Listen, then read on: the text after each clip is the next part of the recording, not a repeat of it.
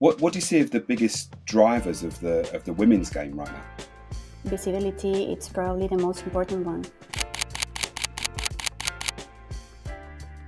When you give the same platforms to women's football as you give to men's football, then you see the sport growing inevitably.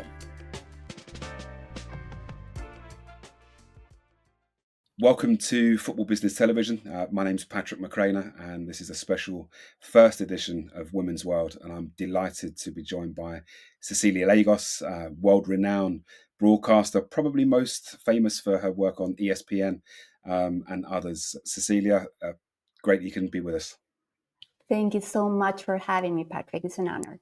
No worries. We were just talking off camera about your travels over the last few months. So really pleased you managed to find the time.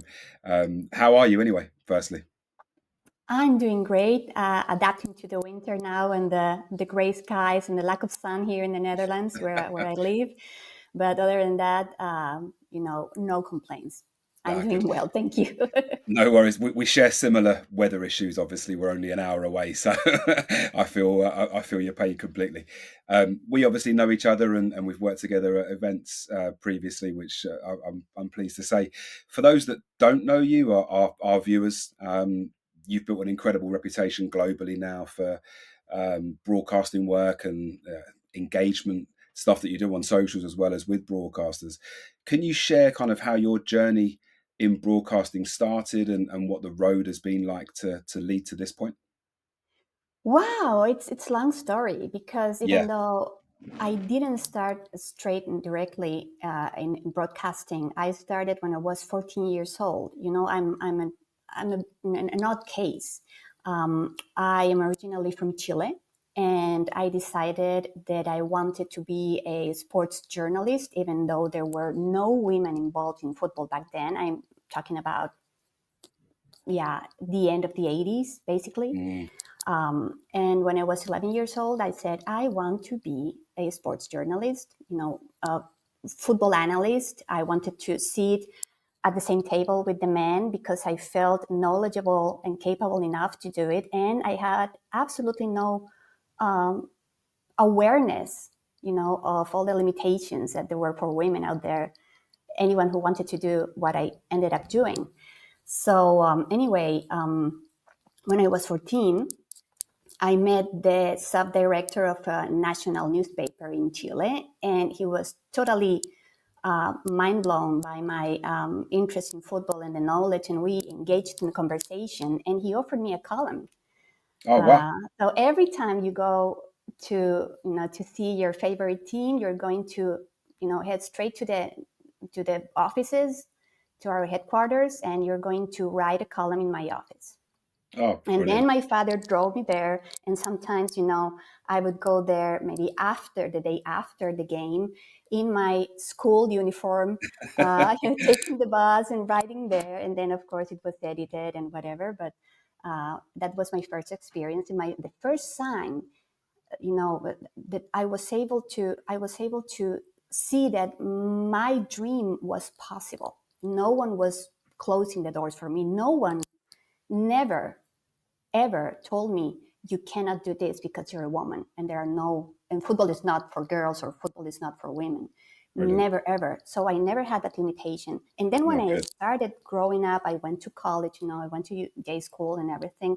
And then I started realizing, okay, I'm not taken seriously. I've always, my whole life until now, I knock on doors of media editors, all the decision-making people. And then I really felt like looked down upon. Mm, So then I started realizing, okay, this might not be as easy, but nevertheless, I just kept persevering. And yeah, I only started doing television like seriously 15 years ago. And then I was able to get to the public television network in Chile, TVN, as the first woman who ever conducted a football segment or a sports segment in primetime news show for a primetime news show, and calling highlights yeah, and yeah. that was never done by a woman before, ever. And Trailblazer. exactly. So of course, as a trailblazer, the first one to cross the wall is the one that gets all bloody. Yeah, it was carnage on Twitter and everything. It was very I can difficult at the imagine. moment. Yeah, yeah. Yeah, but then that taught me a lot at a personal level, of course, at a professional level, also to manage the hate from colleagues. Oh, Colleagues talking really? about you on Twitter. Yeah, it was horrible. But then, of course, that toughened me up, and Mm, finally, I decided. I touched a very low glass ceiling there, and I decided to move to Europe after I met my husband. He's Dutch, and then we sort of evaluated, assessed the possibilities. What is mm, in Chile for you? What was in Europe for me? And of course, I wanted to um, make a quantum leap in my career. And all the football that I always loved the most was here in Europe. So I've been right. living here Okay. for the last 8 years. Combining two continents with a similar love, right? You touched on your kind of early experiences.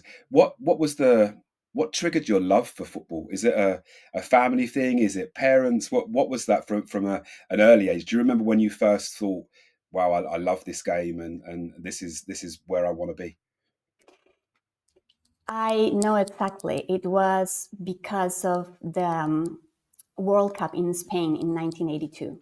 I was Yeah, five yeah, years old, and my dad was never a football fan, like, hardcore, following a club, going to the stadium, owning, shirts or anything. But every time, well, that was also a time where football was totally for free on yeah, air television. yeah, So, and we had in Chile, we had like three channels, and that was it, no cable at the moment. So but you always had, the Chilean teams and Copa Libertadores, which is like the Champions League in South America, and all the national team competitions and everything. So it was very easy to see football. So my family in general, they used to watch football, and my father used to watch football on TV. And Chile went to Spain '82. yeah, And there was a moment where a very famous player, Carlos Caselli, one of the greatest strikers in South America of all time, he missed the penalty. And he missed that penalty, and everything I could hear of, everything I listened, was only the only word I could listen everywhere, and I could read because at 5 years old I could already read, was penal, which is penalty. yeah, yeah. The penalty that Caselli missed. And then I wanted to know what the heck is a penalty? Why everyone is talking about it? I've always been very curious. So I kept watching the games with my father, and then I started slowly but surely understanding in my own way, at 5 years old. And then I asked my father after another penalty was called, and I asked my father, Dad, penalty is when a gentleman falls near the goal? That was, at my 5 year old language and mind. And he sort of chuckled and he said, something like that, my daughter. So, yeah, that was it. Okay, so I can understand it. That's Yeah, great. yeah. And that motivated me to keep going. And then it was a hard drug. My daughter, my youngest daughter's 5 now, and she's just started to play, and I get similar questions from her. She's quite inquisitive, and we watch the games together, and she's often says, "Oh, which team do we want to win in this one?" Because she's just getting used to home jerseys and away jerseys, and who my team is, and a lot of people know who that is. So yeah, it's strikes a chord with me. You talking about being 5 and asking those kind of questions.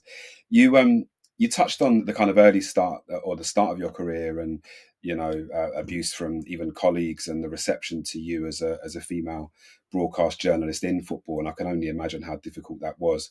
You've covered football now. Fast forward, a few years. You've covered football across all continents and been involved in some amazing games and tournaments. How have you seen things change down the years? And I'm assuming there's still, lots of work to do. But how have you seen things change during your career? Well, now I see that it's a lot. The presence of women in football is a lot more accepted. We're Mm. still underestimated. We're still looked down upon. We're Yeah. still abused.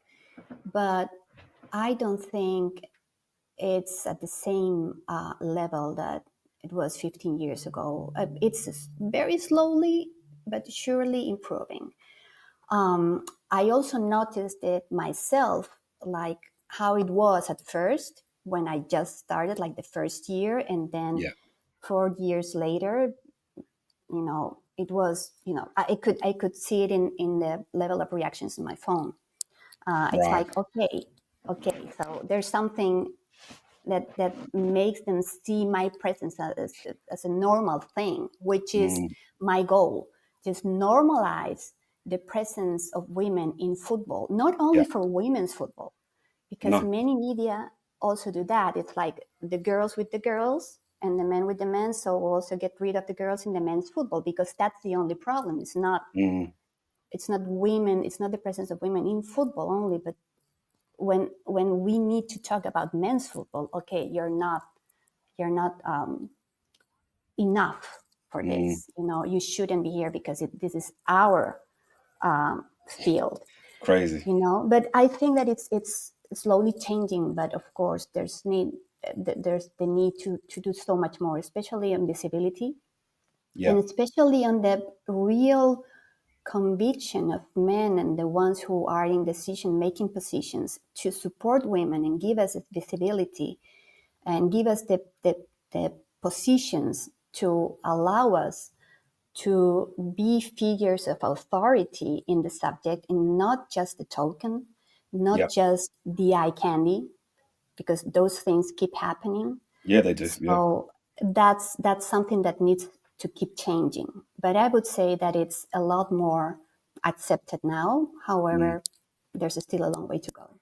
Yeah, no, of course. I think we, you might have even been on the panel actually in Amsterdam where that was talked about. The views of women in football, actually in the men's game and on the female side, and were females used as tokens? Were they there as product sellers before being an athlete? And yeah, I think you're right. I think there's a lot of work to be done. Certainly progress, and I think as a dad of daughters, it's something that I feel very strongly about. And it's the same sport. You shouldn't be told, oh, you can only talk about women's football because the clue is in the name, right? It's football. So yeah, no, completely. What do you think? I'm assuming that the abuse from colleagues and peers was one of the toughest, if not the toughest. But what do you think the toughest challenge you've faced in your career to date, and how have you overcome that, or are you still overcoming that? It's of course, yeah. In the beginning was what you mentioned, what I said about especially the abuse and the discrimination and the vitriol, the hate from Mm. colleagues and peers, and then they wouldn't dare to mention you, but everyone knew exactly that they were talking about me because it was at the same time that it was on air, national television, live. And then everyone started to mention me. Okay, this guy is talking about you. They would show me the comment and everything. And yeah, and then when I saw them at the stadium, they couldn't look me in the eye, Yeah, of you course know? not. Cowards. Absolutely, Yeah, yeah. absolutely. That doesn't happen anymore, at least that much, Mm. because Twitter has become something else and you can be scrutinized for absolutely everything. So but I would say now the biggest challenge is to just sustain your position.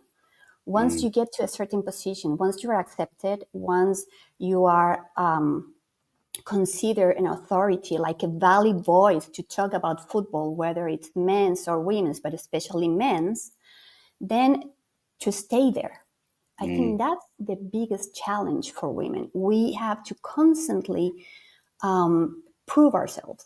We have to Right. constantly do 150% and give 150% or 200% more than a man, probably in the same position, just to Mm. try to prove ourselves that we are enough to be there.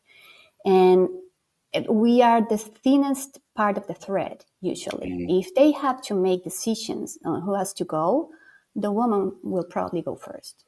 Yeah, yeah, So that's the main challenge, how to sustain. You see in my field, for example, commentators, analysts, pundit, whoever, male, and they can be 25 years, 30 yeah, years yeah. at the same position, on the same channel, you know, always negotiating fantastic contracts, long contracts. But for a woman, it's a lot more difficult. And Mm. also, another challenge is to allow us to grow old on screen. In my case, for example, Right. Okay. you know the men, they do it all the time. Very They can true. grow, they can grow old, they can have gray hair, they can have wrinkles, they can have bellies Yeah, on screen yeah. when they talk. Very But true. women, usually, because also the presence of women, it's recent, mostly they are young women. But what will happen when these women start aging Mm. and not being as beautiful as they were in the beginning? Because that's also a big part of the equation. Why we are hired, we need to have a presence. And so yeah, that's also a big challenge, at least in my field, and And but it's funny. I've not heard anybody say that publicly before. But as soon as you said it, I thought that absolutely makes sense because I can already see, and I won't name any of them, but I can already see the old guy in the studio. He's been there forever. He's got a job for life. Nobody really values what they say anymore because they don't bring anything new to the argument, but they're just there because they're that guy. And it will be interesting to see how that evolves on the female presenter or broadcaster side of things in the coming years for sure. Hopefully, it won't on be football, negative. yeah, exactly. But it's mostly, the problem is always when we talk about football. If it's Mm, tennis, basketball, or whatever other, I don't true, know, skating, that's not the problem. You can still mm, see senior female journalists true. presenting, reporting, commenting. But when it comes to football, that's the problem. So that's a mentality that has Mm. to change. And we'll see what will happen in the next years when we all start growing old. Yeah, I'm definitely getting there as well. It's funny because I was going to say to you, do you think it's a societal thing? But actually, it might not be because, like you just said, you can watch the tennis, and there are older broadcasters like Virginia Wade and those kind of people that've been on TV forever. And other sports, the athletics, there are older broadcasters. You're absolutely right. I've not even thought about that before. So it really will be interesting to see how that develops. On a more positive note, what's been, because you are a trailblazer, that's for sure. And is there a standout moment from your career so far that kind of defines you and says that's why I wanted to do this, that's why I love this? It's probably when you feel that no one values you, you feel that you don't have all the recognition you would like to have at this point in your career, but then you receive the message of a journalism student, especially a female one, Yeah. saying that they followed your career or they know about you and they would like some kind of advice, and or when they tell you that my journey has inspired them to keep Mm, going or something like that. I usually get those kinds of messages on social media, whether it's on LinkedIn or Instagram, and I always try to help them because I know how mm. it might feel. And if I can make things a little bit simpler for Yeah, yeah. them than it was for me, then my job is also done there. And that's something that always fills my heart. Okay, so I haven't suffered for nothing, you Yeah, of know course.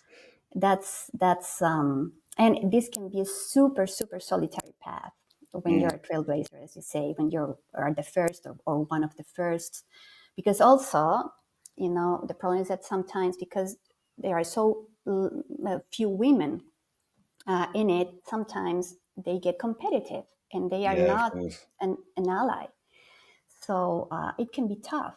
But then when you get those comments, or when someone recognizes you on the street and tells you you're doing a great job, despite my not getting any kind of feedback from my bosses or whatever, then okay, if the people out there the common fan, the common people, just seeing that you're doing it right, and then someone feels inspired, even if it's one person, by my story, my journey, what I'm accomplishing, then it's all worth it.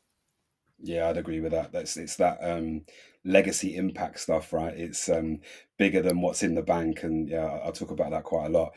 On the female side of the game, and obviously you work on in both areas, really, don't you? And it's been a crazy couple of years for the women's game. It's really growing, and it's as a dad of daughters, as I mentioned, my youngest playing. It's so good to see.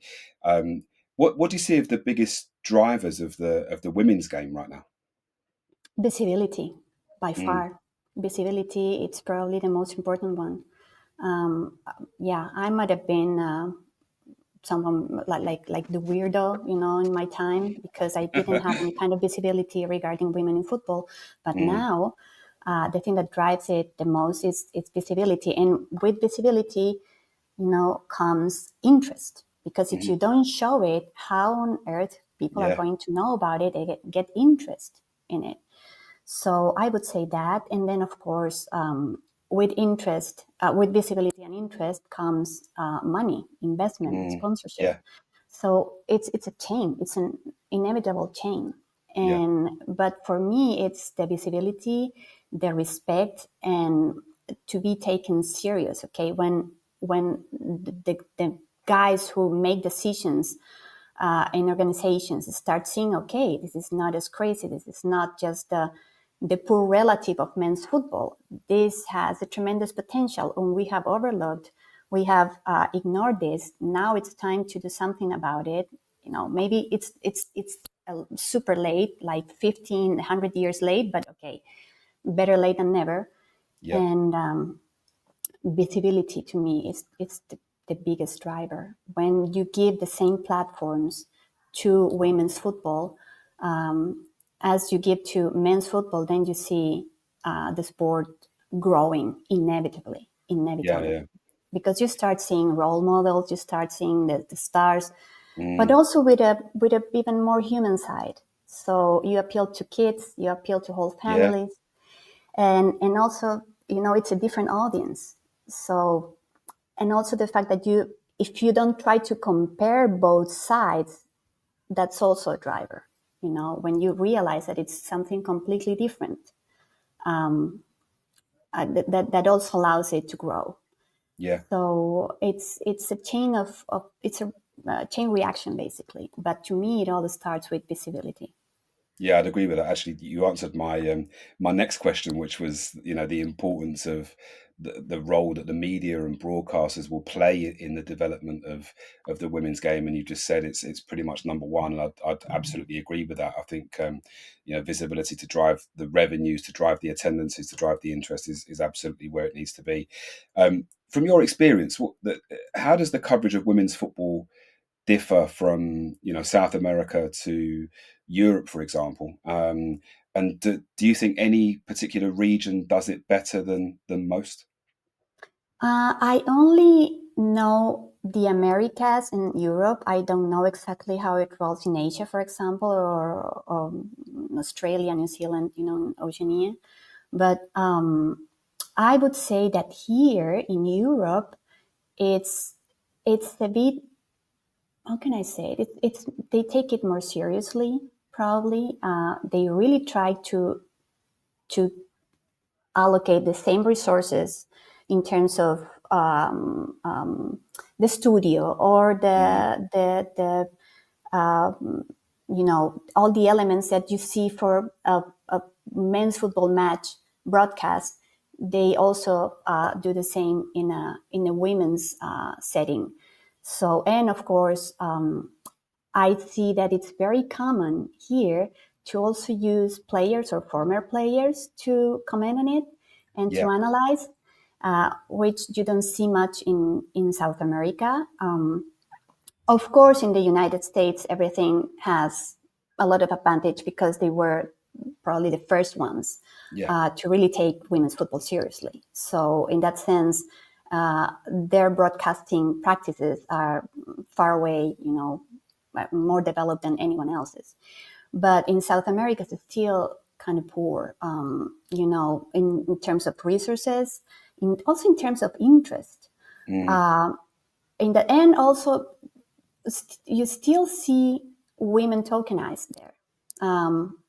But at the same time, sometimes it's interesting to see like big names in men's football also doing women's football, because what happens when you put it there again, when you give it the visibility, when you broadcast live games there, you have huge audiences.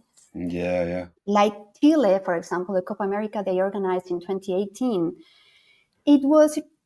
they had tremendous ratings. So they realized, okay, there's something here. And now there's one or more channels on open, RTV broadcasting the Chilean national team games, or the games of any club that is participating in Copa Libertadores, in the women's Copa Libertadores, for example.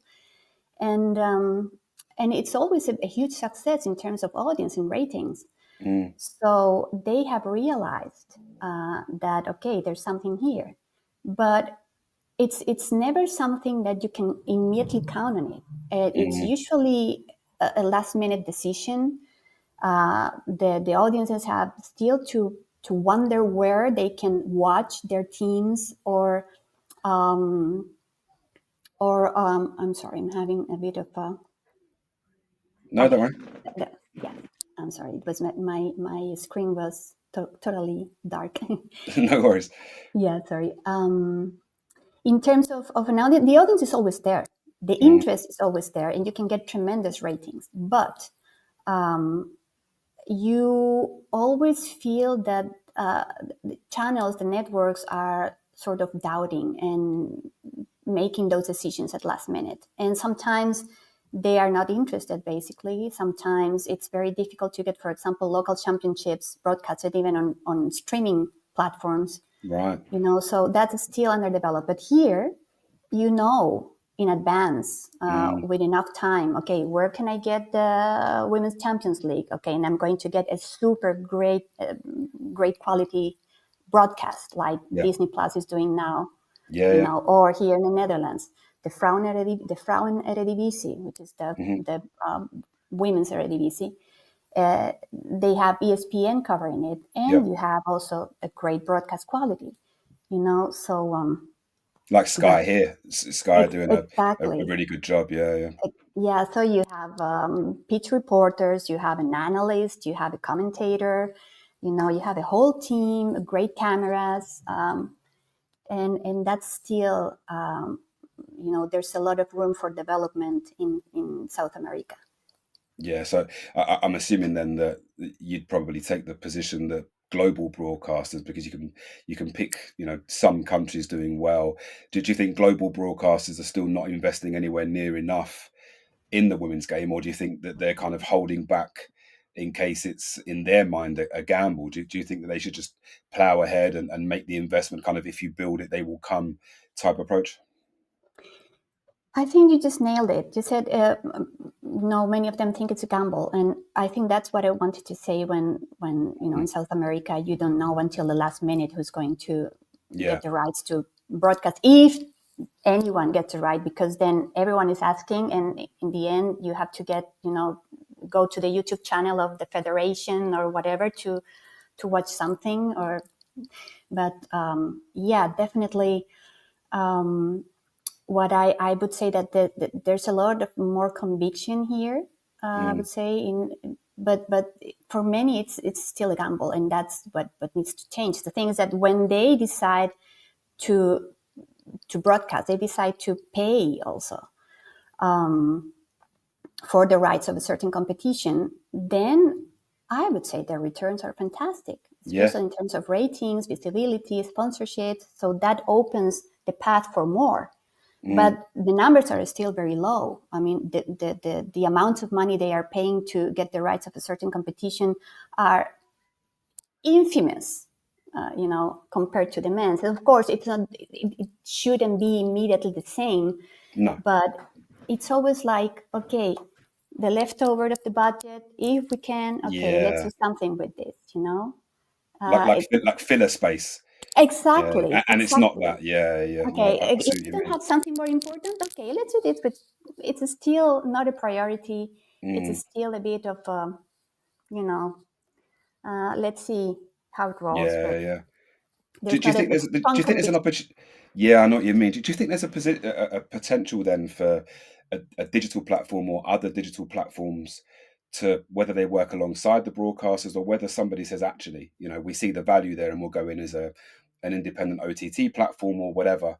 Do you think there's an opportunity there for somebody to maybe steal in ahead of the broadcasters or certainly work with them? I suppose in shaping the next phase of the women's game now. Definitely. I think that, for example, DAZN did it with the Women's Champions League for, what was it, 4 years, I think, Yeah. along with YouTube. And they did it all for free. I mean, people could access from almost all over the world for free on YouTube via DAZN, or via DAZN if they had access to the platform in their countries. And that made it accessible for everyone. And now that paved the way for Disney and ESPN to say, okay, there's something here. We're going to Mm, get the rights from the zone, and at least here in Europe, and and get them, and with fantastic broadcast setup and quality. So yes, I think, of course, that the future, you know, is a diversification of broadcasting rights. Now you have to pay a lot of platforms to see all of your competitions. There's nothing concentrated, but when there's a competition it's important for you, you're going to pay. of You're going to course. pay no matter what. Yeah, So in that 100%. sense, when they start thinking those terms, uh, they are going to there, like Disney Plus Mm, did here in Europe. yeah. So I think that's definitely, the streaming platforms are definitely the future in this. I Absolutely. think you're And right. And I also, think they'll probably, sorry, go on. no, just go ahead. I was going to say, I think they'll probably realize maybe earlier than the broadcasters that this will open up a whole new commercial audience for them, right? Because it's a different audience that you're catering for in terms of, women and families and therefore a whole new group of sponsors. So, for me, I don't even think it's a gamble. I think it's an investment, of course, but I think it would be a really smart one. Definitely. That's also a key, to think about it as an investment and not Mm, as a gamble, or not as charity either.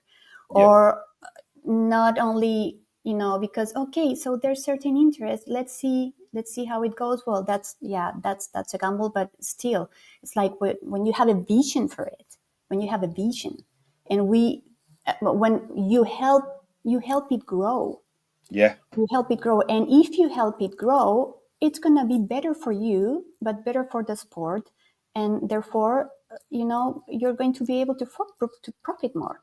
So yeah. everyone wins. That's a mentality. Mm. But if they keep making it with reservations, then yeah. I think it's difficult to do anything with conviction. If you do it with reservations, it's difficult to say, "Oh, I'm 100% behind this," when you're kind of not. I think you either do it or you don't. From your and it's really interesting, or will be interesting to see the difference in the kind of tactical and data approach, if it's the same broadcast wise in the women's game as it is in the men's, and you obviously work in both. How have you seen from a broadcaster's perspective through your career, the kind of use of data and analytics and all of those things, and how has that shaped the way that broadcasters put together their offerings now, and do you see that getting deeper and deeper as it goes on in the future? I think it's a very nice tool for broadcasters and analysts, and people like me. I love relying on data for my Mm, analysis too. But at the same time, it might take the human factor from it. yeah, There are things that, even though you can measure, but it doesn't depend on something measurable, but more on intuition or psychology, or just a moment of illumination from a player. So I think the biggest risk with that is to just take a bit the human factor And by that, I mean the unpredictable stuff, the genius touch, for example. Yeah, It's yeah, just not everything can be calculated or measured. And we cannot either transform or turn the players or the sport into a machine. yeah, agreed. We need to remember that as much as their accuracy, their passes, their goals, their assists, and whatever can be measured, but they are human beings. Yeah, So that's the only thing that I would try to always be careful about. Data is fantastic. It will always help you to justify what you're saying, but that can also be biased. You can yeah. sometimes manipulate data to your favor for Lies and whatever lies you. and statistics, right? Yeah. Exactly. So you also need to be careful about it, because people are not stupid. If you think that No, of people are course. stupid about that, they're going to call you out for it. No, So you need I to agree. respect your audience. Yeah, And completely so agree. I don't know whether there's the a fine saying's the line. same globally, but in the UK we have a saying that football is a game of opinions. And one of my things, as much as I love data and tech, I still want football to be a very passion-led, opinionated sport, because that, for me anyway, makes it what it is. I think that makes it there's nothing better than debating after a game. Did you think that was a penalty, or do you think about this guy or this girl? How did they play, or whatever? I think if you take all of that away, it makes it a bit too sterile. Exactly. That's why I was saying we cannot turn it into a machine, because Mm, otherwise it like that. You said it perfectly, better than me. Yeah, it takes away the passion. And football yeah, without passion, I mean, what's left? That's why we love it, because of the yeah, passion. absolutely. I think that was my biggest issue with VAR when they first brought it in. I said, it will get to the stage that you won't even celebrate a last minute winner because you'll be looking at the camera, and I don't want that really. And maybe I'll talk about that a bit more on another call, because that might be a call all by itself. My hate for VAR. As someone that, again, getting back to you a little bit, that's broken barriers and kind of spent your whole career doing that and still doing that, what advice would you give to somebody trying to take the same career path as you? Well, first of all, you need to be really sure that this is your passion, that this is your vocation. Don't try to get here because you want to be famous. No. I think that there are many young journalists or young people in communication in social media that do this kind of stuff because they want to be Yeah, famous.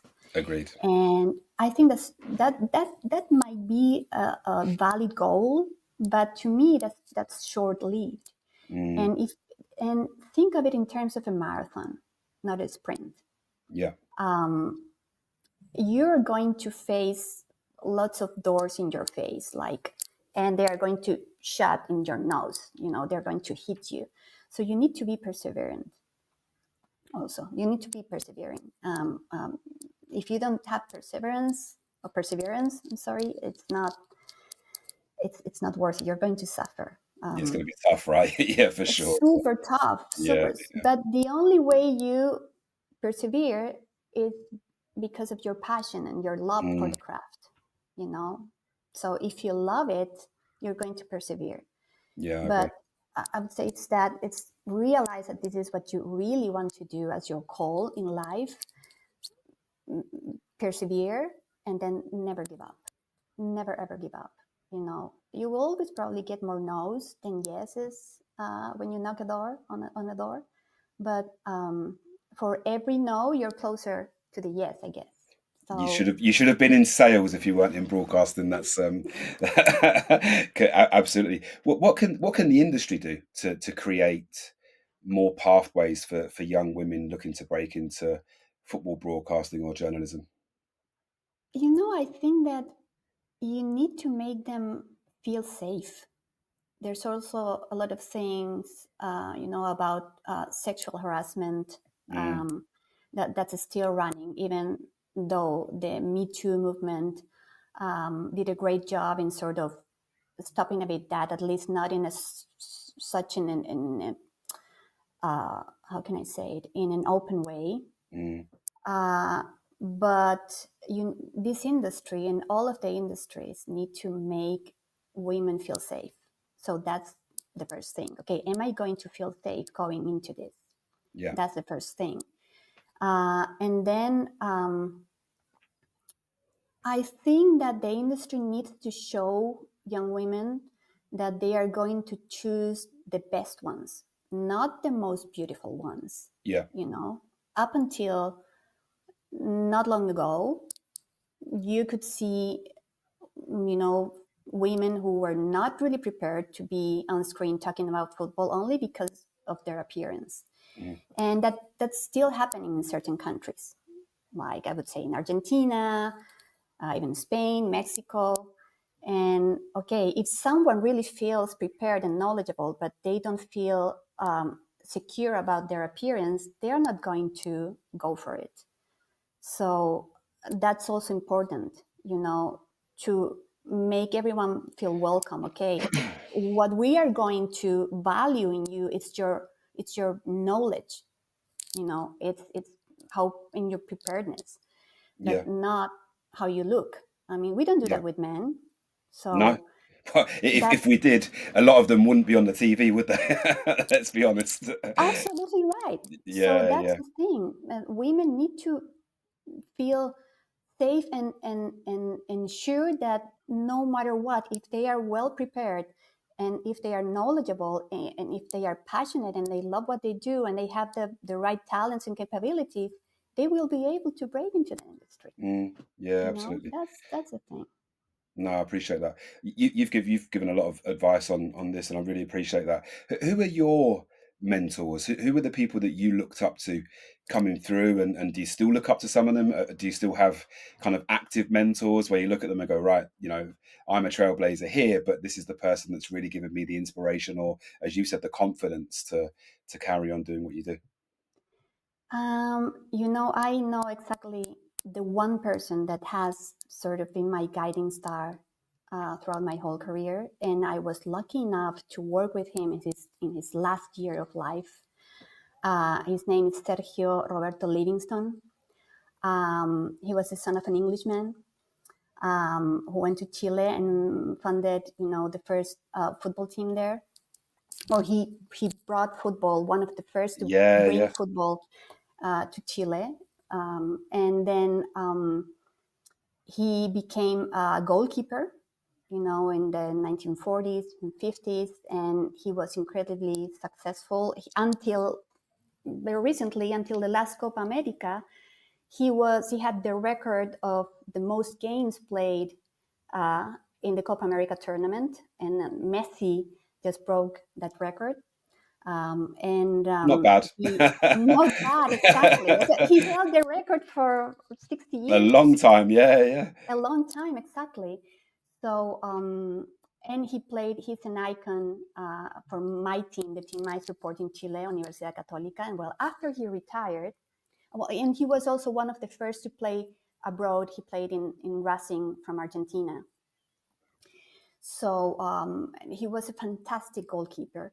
And then he became an analyst and a journalist. And most of his life, he worked as such. And I grew up watching him. Right. But then, you know, he had such a beautiful personality. And he was not only knowledgeable, but he was incredibly humble. He delivered all his knowledge, being also super close, super relatable, and you know, he was human above all. Mm, And then when I worked with him and when I met him, he was such a sweetheart. Like the first time, you know, he was in the panel of the radio show that I used to listen 3 times a day for years, and I wanted to be there. I wanted to work there. yeah, of So I course. knocked on the door, and he received me.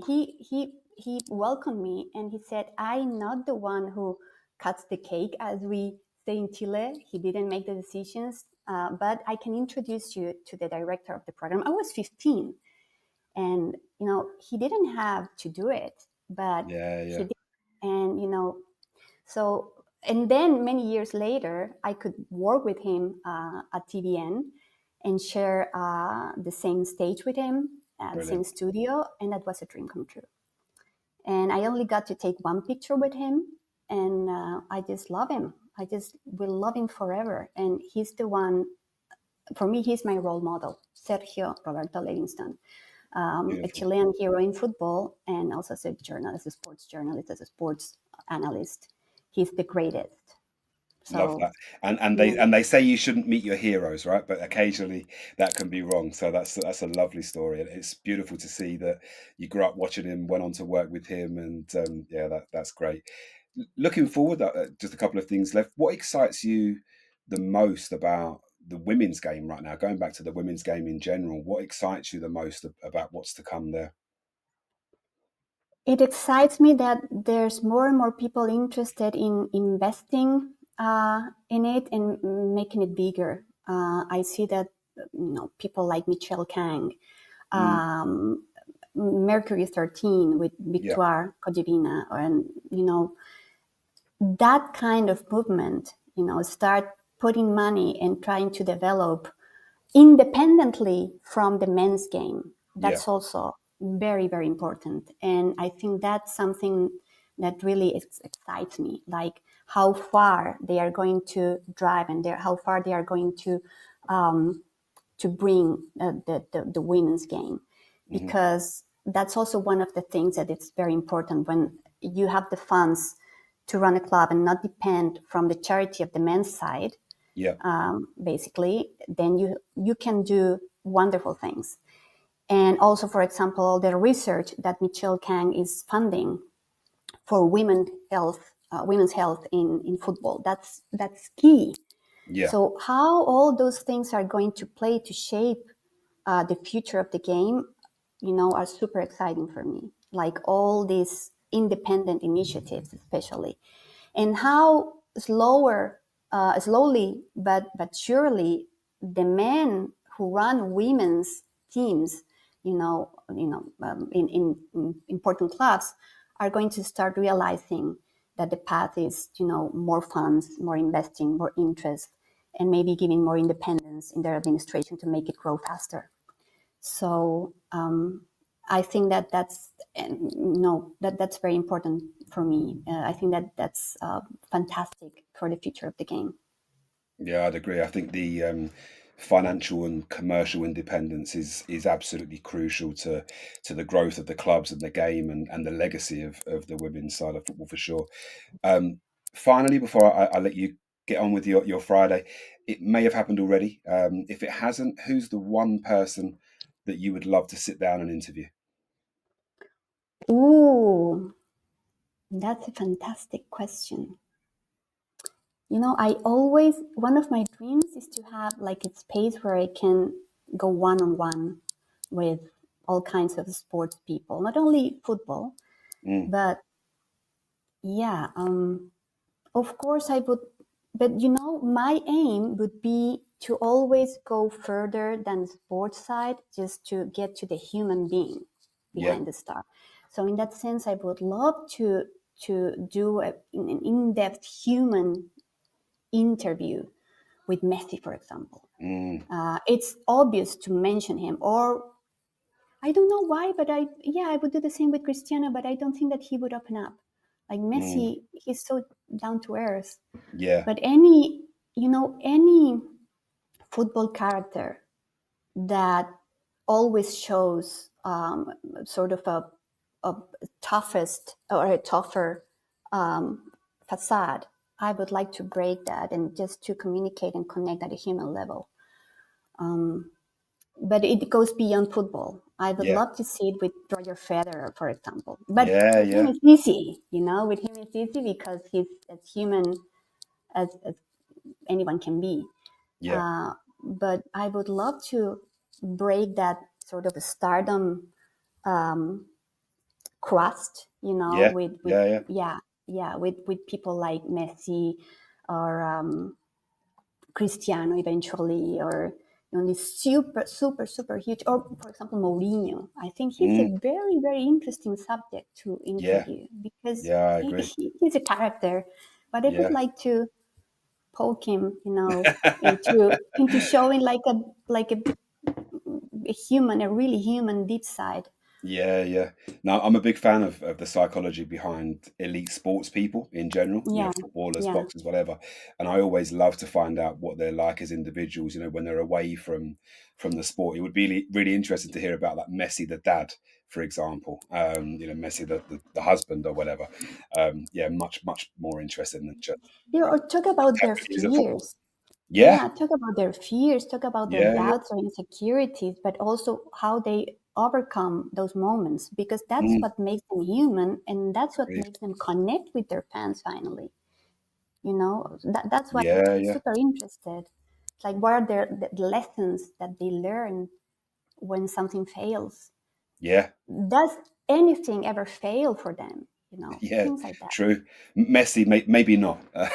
Yeah, He's been as close to perfect as maybe anything I've ever seen. I mean, Maradona was my hero growing up, so he would mine have been too. another one I'd like to speak to, the man Maradona, as opposed to just the genius that he was on the pitch. What a man. Um, Cecilia, it's been an absolute pleasure. I really appreciate you taking the time to come and talk to us so early, and hopefully we're going to be in Amsterdam, I think, over the next few weeks, and maybe we'll grab a coffee or something. But in the short term, appreciate you appearing on Women's World, and hope to catch up with you again soon. Thank you so much for the invitation. I super enjoyed this time, Patrick. I wish you all success with Women's World. And if you are here in Amsterdam, please let me know. Let's No, grab we'll some do. coffee. Absolutely. Awesome. Thanks a lot. Thank you.